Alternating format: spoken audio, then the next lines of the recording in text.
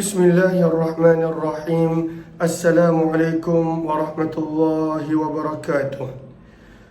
Bismillah, alhamdulillah, wassalatu wassalamu ala habibillah Sayyidina Muhammad ibn Abdullah wa ala alihi wa sahbihi wa mawalah.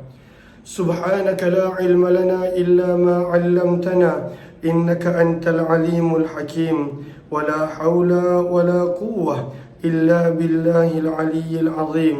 اللهم رب اشرح لنا صدورنا ويسر لنا أمورنا واحلل عقدة من ألسنتنا يفقه أقوالنا. اللهم فقهنا في الدين وعلمنا التأويل برحمتك يا رب العالمين والحمد لله رب العالمين. Alhamdulillah, syukur kepada Allah Subhanahu wa taala, kita bertemu kembali di dalam pembacaan hadis kitab sahih Imam Muslim rahimahullahu taala bersama dengan saya Umar Aziz. Pertemuan yang mana kita harap kita dapat mengambil pengajaran, manfaat, kebaikan dan keberkatan daripada hadis-hadis sabdaan baginda Rasul sallallahu alaihi wasallam. Ahlan kepada sahabat-sahabat yang berada di ruangan TikTok. Ahlan Haifa, Fatimah Az-Zahra, Ifah Amalin dan juga di ruangan Facebook. Ahlan Latifah Abu Hassan, Ayu Hafiz, Nur Ahmad Darus dan juga semua sahabat-sahabat yang lain.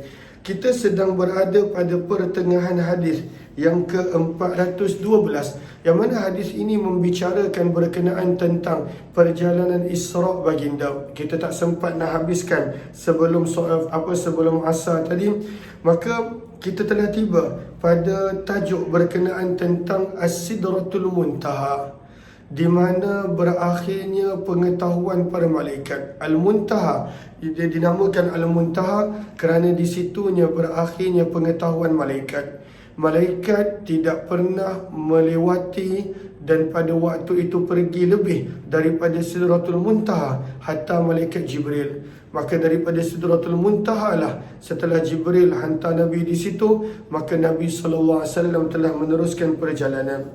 Maka bersabda Nabi SAW, falamma ghasyiha, maka tatkala apabila meliputi Sidratul Muntaha itu, min amrillah, daripada perintah Allah, ma ghasyiha, oleh makhluk-makhluk daripada alam-alam ghaib yang tidak terhingga banyaknya. Apabila makhluk-makhluk ini meliputi akan Sidratul Muntaha, taghayyarat, maka pada waktu itu dia berubah menjadi indah. Dan ini bertepatan dengan maksud ayat yang ke-16 daripada suratul Najm, firman Allah, idh yaghshas sidrata ma yaghsha. Maksud daripada idh yaghshas sidrata ma yaghsha, kata Abdullah bin Abbas, ada makhluk-makhluk yang Allah ciptakan pada waktu itu berada di Sidratul Muntaha. Kata Abdullah bin Mas'ud dalam tafsir, ianya adalah umpama binatang-binatang kecil daripada emas yang berterbangan. Kata Anas bin Malik radhiyallahu ta'ala anhu, yang dimaksudkan dengan itu antaranya adalah belalang-belalang yang diperbuat daripada emas. Maka sebab itu para ulama tafsir umumkan, sebab Nabi pun tak sebut. Sabda Nabi, falamma ghasyiha, maka apabila telah meliputi Sidratul Muntaha, min amrillah, dengan perintah Allah, ma ghasyiha, apa jua binatang, apa jua makhluk-makhluk daripada alam ghaib yang pada waktu itu meliputinya, taghayyarat, maka ianya berubah menjadi indah. Fama ahadun min khalqillah, sabda Nabi nak menggambarkan keindahan Sidratul Muntaha. Sabda Nabi, fama ahadun min khalqillah, maka tidak ada seorang pun daripada makhluk Allah yastati, mampu, ayyan'ataha, untuk mensifatkan, untuk menjelaskan, min husniha, daripada keindahannya. Betapa indahnya pada waktu itu ciptaan-ciptaan Allah, bahkan pokok sidra itu sendiri, betapa indahnya Sidratul Muntaha. Seterusnya Nabi SAW bersabda, fa'awha ilayya ma awha, maka Allah telah mewahyukan kepadaku apa jua yang Allah wahyukan. Fafarada alayya 50, maka Allah telah memfardukan ke atasku, dalam kurungan, dan juga umat baginda, 50 salatan, 50 waktu salat. Pada awalnya adalah 50 waktu salat. fi kulli yaumin wa lailah, 50 waktu solat pada setiap hari dan malam. Maka bila Nabi SAW dah dapat pada waktu itu asalnya kefarduan 50 waktu salat, maka Nabi SAW bersabda, "Fanazaltu ila Musa," maka aku telah turun dan berjumpa dengan Nabi Musa. Maka Nabi Musa bertanya, padahal Nabi Musa berada di langit yang ke-6, Nabi Ibrahim di langit yang ke-5. Maka Nabi Musa bertanya, "Ma farada rabbuka ala ummatik?" Apakah yang Tuhanmu telah fardukan ke atas umatmu, wahai Muhammad?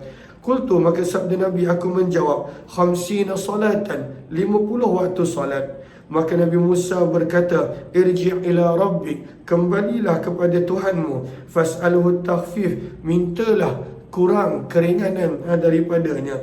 "Fa inna ummataka," maka sesungguhnya umat kamu, "la yutiquna dzalika," tidak mampu untuk menunaikan 50 waktu salat. "Fa inni qad balawtu bani Israil wa khabartuhum," maka sesungguhnya aku sendiri telah mencuba Bani Israel dan menguji mereka dengan perintah-perintah Allah, dan pada waktu itu Bani Israel banyak perintah Allah yang mereka tak mampu buat. Bayangkan 50. Kadangkala sebahagian daripada kita 5 waktu pun pada waktu itu tidak dapat nak menunaikan pada awal waktu. Bagaimana pula 50 waktu solat? Maka sabda Nabi, "Faraja'tu ila Rabbi," bila Nabi dengar cadangan Nabi Musa yang Bani Israel pun tidak mampu, maka Nabi SAW pun kembali kepada Allah. "Faraja'tu ila Rabbi," maka lihat kepada Allahumma salli ala Sayyidina Muhammad, kepada baris yang kelima. Maknahu, raja'tu ila al-mawdi'i alladhi najaituhu minhu awwala fanajaituhu fihi thaniya. Nabi kembali bertemu dengan Allah. Nabi kembali ke tempat di mana sebelum ini Nabi berada, maka Nabi SAW kembali di situ. Allahumma salli ala Muhammad, maka Nabi SAW meminta kepada Allah, fakultu hatta anni khamsa, maka Nabi SAW bersabda, maka Allah telah mengurangkan daripadaku 5 waktu solat, maka jadi 45. Maka setiap kali Nabi balik kepada Allah, Allah kurangkan 5, Allah kurangkan 5 daripada 50 waktu solat. Sabda, maka berkata Nabi Musa bila dah jadi 45, "Inna ummataka la yutiquna dhalik," sesungguhnya umat kamu tak akan mampu untuk menunaikan 45 waktu salat. "Farji' ila rabbik," kembalilah kepada Tuhanmu, "fasalhu takhfif," mintalah keringanan daripada Allah. Sabda Nabi SAW, "Falam azal arji'," maka berterusanlah aku berulang alik, "baina Rabbi wa baina Musa," di antara Tuhanku dan Musa, hatta qal, sehingga firman Allah, "Ya Muhammad, wahai Muhammad, innahunna khamsu salawat," maka akhirnya jadi 5 waktu solat. Firman Allah, sesungguhnya perintah ini adalah 5 waktu solat pada setiap hari dan malam. Namun likulli salatin ashrun, setiap satu solat akan dilipat kali gandakan 10. Fadzalika khamsuna salatah, maka 5 waktu solat, namun pahalanya adalah seperti tetap sama 50 waktu solat. Wa man hamma bihasanah, kemudian firman Allah lagi, barang siapa yang berniat untuk melakukan satu kebaikan namun tidak melakukannya, kutibat lahu hasanah, Allah tuliskan untuknya satu pahala. Fa in amilaha, kalaulah dia melakukan satu amalan baik, maka Allah tuliskan untuknya 10 pahala. Wa man hamma bisayyi'ah, dan barang siapa berniat melakukan keburukan dan tidak melakukannya, lam tuktab la syai'a, tidak akan ditulis sebarang dosa untuknya. Fa in amilaha, dan jika dia melakukan akan dosa, maka dituliskan untuknya hanya satu keburukan. Pemurahnya Allah. Buat baik, Allah lipat kali gandakan. Bahkan niat, Allah dah beri ganjaran pahala. Buat benda tak elok, maka hanya satu. Itu pun jika bertaubat, maka Allah ampun dan maafkan. Apa murahnya Allah Subhanahu wa ta'ala. Maka bersabda Nabi SAW, bila dah tinggal 5 waktu solat, maka sabda Nabi, aku telah turun lagi dan sehingga sampai kepada Nabi Musa yang berada pada langit yang keenam. Fa akhbartuhu, maka aku telah mengkhabarkan kepada Nabi Musa dah tinggal 5 waktu solat. Maka Nabi Musa mencadangkan, irji' ila rabbi, kembalilah kepada Tuhanmu, fasalhul takhfif, mintalah keringanan lagi. Maka Nabi SAW bersabda, qad raja'tu ila rabbi, aku telah berulang alik kepada Tuhanku, hatta stahyaitu, sehingga aku merasa malu dengan Allah. Daripada 50 Allah kurangkan 5. Akhirnya hanya tinggal 5 waktu solat. Walaupun kita hanya tunaikan 5 waktu solat, Allah tetap berikan pahala seolah-olah kita menunaikan 50 waktu solat seperti mana ketetapan perintah yang asal. 413. Masih lagi berkenaan tentang Isra' dan Mi'raj. Wa bi ilayhi qala hadatsana Abdullah ibn Hashim al-Abdi qala hadatsana Bazun qala hadatsana Sulaiman al-Mughira qala hadatsana Thabit an Anas bin Malik. Daripada Anas bin Malik radhiyallahu anhu, beliau berkata, Nabi SAW telah bersabda, uti itu. Apakah maksud uti itu? Aku telah didatangi. Oleh siapa? Dalam kurungan oleh malaikat. Maka siapakah malaikat tersebut? Dalam sebahagian riwayat menyebut Jibril. Ada juga penambahan menyebut pada waktu itu Mikail turut bersama. Maka sabda Nabi, aku telah didatangi oleh malaikat. Fantalaku bi, maka mereka telah membawaku kepada Zamzam. Fasyuriha an sadri, maka lalu telah dibelah dadaku. Thumma ghusila bima'i Zamzam, dan telah dibasuh dengan air Zamzam. Thumma unziltu, kemudian aku telah ditinggalkan. Maka daripada riwayat ini juga menjadi pandangan sebahagian para ulama bahawa dada Nabi SAW dibelah 3 kali. Dibelah ketika mana Isra' Mi'raj, dan daripada riwayat ini Nabi ditinggalkan. Maka ada waktu lain yang Nabi dibelah. Ada memberi pandangan ketika mana kenabian Nabi SAW. Namun majoriti para ulama menyebut dada Nabi dibelah 2 kali, sewaktu Isra' dan Mi'raj, dan ketika mana baginda berusia lebih kurang 4 tahun. Riwayat 414. Wabi ilayhi qala hadatsana Syaiban bin Farruq qala hadatsana Hamad bin Salamah qala hadatsana Thabit al-Bunani an Anas bin Malik. Daripada Anas bin Malik radhiyallahu anhu, anna Rasulullah, sesungguhnya Nabi sallallahu alaihi wasallam telah didatangi oleh Jibril. Yang ini ketika mana Nabi berusia 4 tahun. Waktu itu Nabi berada bersama dengan ibu susuan Nabi, Halimah binti Abi Zu'ib As-Sa'diyah. Terima kasih banyak-banyak Hana, terima kasih. Jazakillahu khairan. Maka pada usia Nabi 4 tahun, dada Nabi pernah dibelah sekali. Maka dalam riwayat Muslim, hadis 414, maka Jibril telah datang kepada Nabi. Kata Anas bin Malik, wa huwa yal'abu ma'al ghilman, pada waktu itu Nabi sedang bermain bersama kanak-kanak yang seusia dengan baginda. Fa akhadahu, maka Jibril telah memegang Nabi. Fa sara'ahu, dan telah membaringkan Nabi SAW. Fashaqqa an qalbih, dan telah membelah dada Nabi SAW. Fastakhrajal qalbah, dan Jibril telah mengeluarkan hati Nabi. Fastakhraja minhu alaqah, daripada hati tadi telah dikeluarkan segumpal darah. Maka berkata Jibril, hadza hadzu syaitan, daripada gumpalan darah inilah syaitan pada waktu itu meletakkan waswas kepada manusia. Thumma ghasalahu, kemudian dibasuh hati Nabi SAW pada satu piring daripada emas, bima'i Zamzam, dengan air Zamzam. Thumma la'amahu, kemudian dijahit semula. La'ama maksudnya jama'ah, maka dihimpunkan semula, dijahit semula dada Nabi SAW. Thumma a'adahu fi makanih, dan diletakkan baginda kembali di tempat baginda bermain. Wajah al-ghilman, maka datanglah kanak-kanak, budak-budak yang tadi bersama dengan baginda. Yas'auna ila ummi, dan pada waktu itu mereka berlari kepada ibu susuan baginda, yakni Zirah, iaitu ibu susuan. Mereka berkata, inna Muhammad qad kutil, sesungguhnya Muhammad telah dibunuh. Fastaqbaluhu, maka mereka telah datang mencari kepada Nabi, datang kepada Nabi. Wa huwa muntaqa'ul laun, dalam keadaan telah berubah warna wajah Nabi, dalam kurungan menjadi pucat. Qala Anas, berkata Anas bin Malik, wa qad kuntu ara, dan adalah aku dapat melihat athara dhalikal mikhyat, kesan jahitan yang ada pada dada Nabi SAW. Maka daripada peristiwa inilah kita belajar dalam sirah Halimah pada waktu itu dia cepat-cepat pulangkan Nabi SAW kepada ibunya Aminah. Padahal dia dah minta jaga untuk tempoh yang lama, tapi dia takut berlaku lagi peristiwa yang lain. Maka Halimah, ibu susuan Nabi, telah memulangkan Nabi SAW semula ke Aminah, ibu Nabi SAW. Riwayat 415.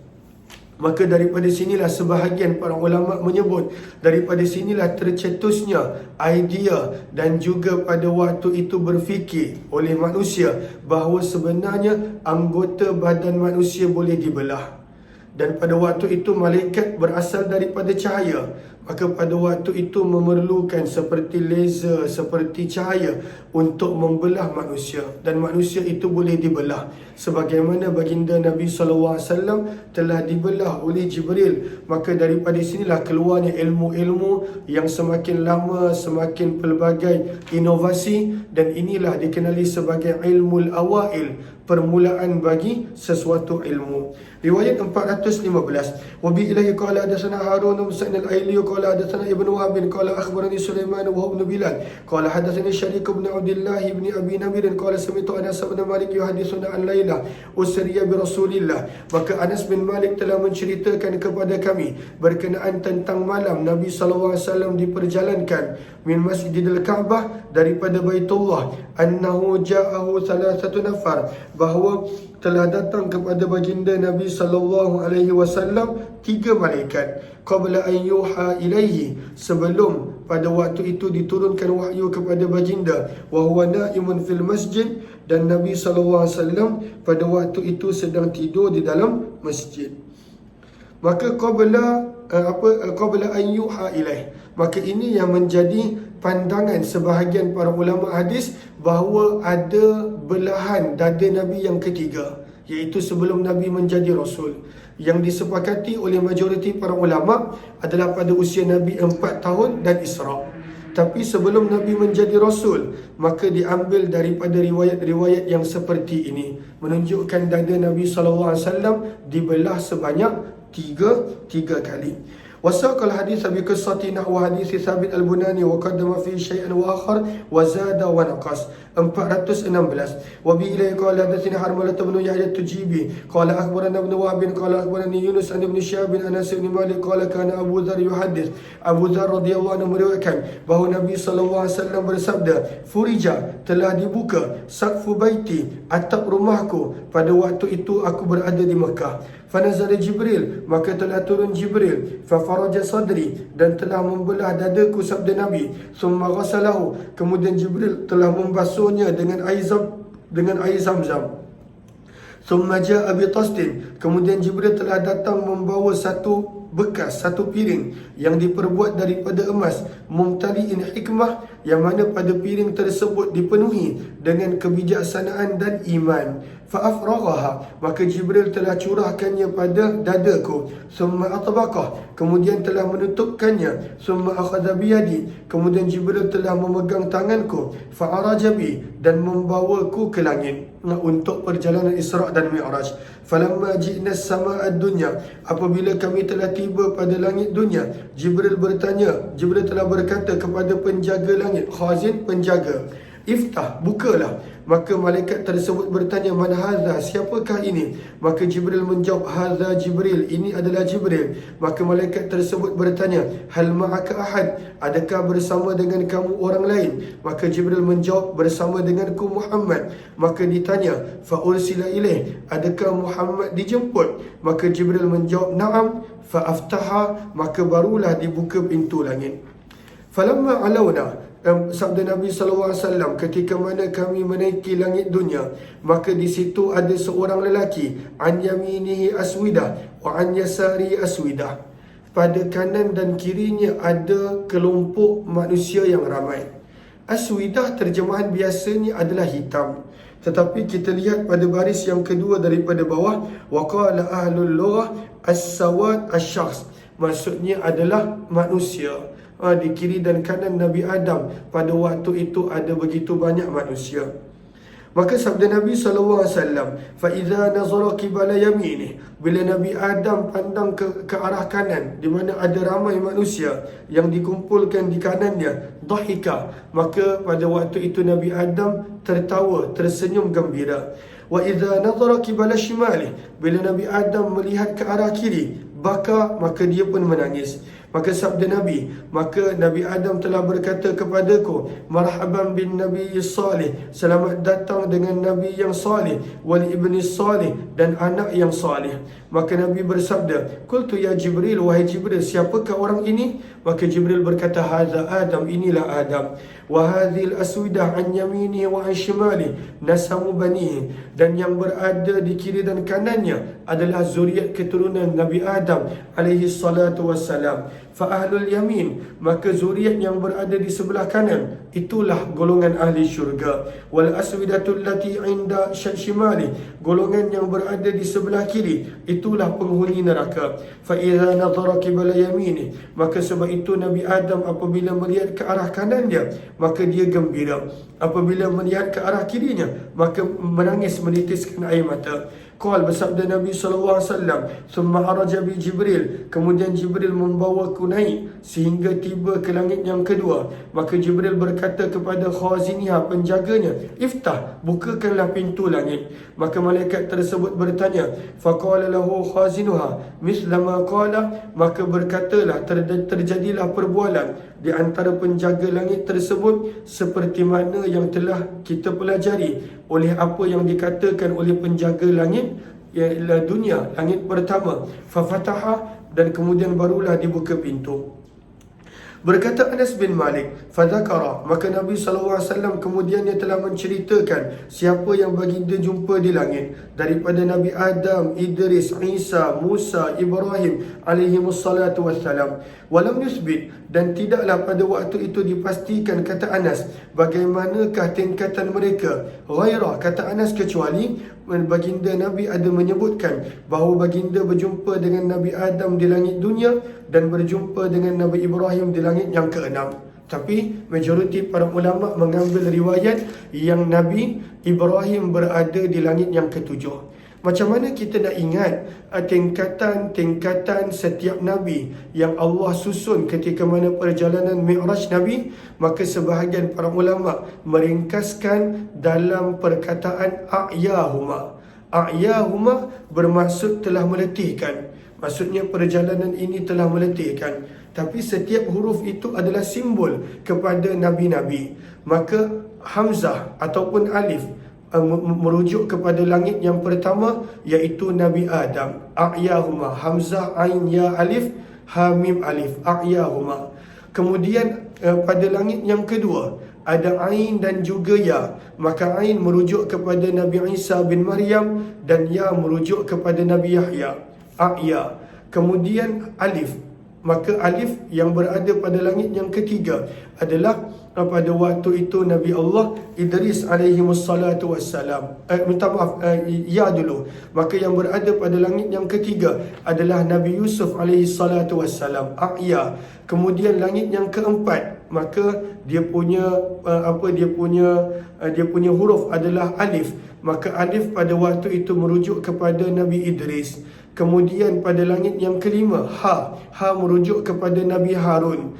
Kemudian langit yang keenam, Mim, merujuk kepada Nabi Musa. Dan kemudian langit yang ketujuh, Alif ataupun Hamzah, merujuk kepada Nabi Allah Ibrahim alaihissalatu wassalam. Itu adalah simbol mudah yang telah disusun oleh para ulama untuk kita mengingati pertemuan baginda Nabi SAW dengan para Nabi yang mana dalam perjalanan Mi'raj baginda. Berkata Anas bin Malik, falamma marra Jibril wa Rasulullah bi Idris, maka tak kala Jibril membawa Nabi melintasi Idris, maka Nabi Idris berkata, marhaban bin Nabi salih, selamat datang wahai Nabi yang salih, wal akhi salih, dan saudara yang salih. Berkata sabda Nabi SAW, thumma marra faqultu man hadha, maka aku bertanya kepada Jibril, siapakah ini? Maka Jibril berkata, inilah Nabi Idris. Qal, kemudian sabda Nabi SAW, thumma marartu bi Musa, maka aku telah melewati Nabi Musa. Faqala, maka pada waktu itu Nabi Musa mengucapkan, lalu Nabi Musa berada pada langit yang keenam, yang keenam. Cuma di sini Anas bin Malik radhiyallahu anhu terkeliru bahawa Nabi Musa berada, Nabi Ibrahim yang berada pada langit yang keenam. Maka setiap Nabi yang Nabi SAW bertemu, mereka mengucapkan marhaba, selamat datang kepada Nabi yang salih dan juga saudara yang salih. Maka Nabi SAW bertanya kepada Jibril, siapa ini, siapa ini? Maka Jibril banyak pada waktu itu menerangkan kepada baginda Nabi SAW tentang ini adalah Nabi yang mana dan apakah yang berlaku, peristiwa yang bagaimana dan sebagainya. Maka daripada sini kita belajar penting dalam kita pada waktu itu perjalanan kehidupan kita bertanya sesuatu yang kita boleh jadikan sebagai ibrah dan pengajaran. Mudah-mudahan bermanfaat insya-Allah. Kemudian kita dah habiskan muka surat ini. Berkata Ibnu Syihab, wa akhbarani Ibnu Hazm, Ibnu Hazm telah mengkhabarkan kepadaku bahawa Abdullah bin Abbas dan Abu Habbah Al-Ansari, mereka berdua berkata, Nabi SAW pernah bersabda, thumma arajabi, kemudian aku telah dinaikkan selepas daripada Sidratul Muntaha, hatta zahartu, sehingga aku berada li mustawa, pada satu tempat yang mendatar, asma'u, dan di tempat itu aku boleh mendengar sarifal aqlam, bunyi geseran pena yang sedang menulis pada waktu itu catatan-catatan di Lauh Mahfuz. Maksudnya dekatnya Nabi SAW dengan qalam, dekatnya Nabi SAW dengan Lauh Mahfuz. Qala Ibnu Hazm, kita akan sambung kemudian. Atia nak bagi salam Kita bagi salam kejap. Cepat kita nak pergi dah. Okey. Bagi salam. Assalamualaikum. Okay, dah. Istiqomah bagi salam. Allah. Okey, dah. Okey, jumpa lagi insya-Allah. Kita jumpa esok insya-Allah jam 5.15 pagi insya-Allah. Terima kasih semua. Assalamualaikum warahmatullahi wabarakatuh.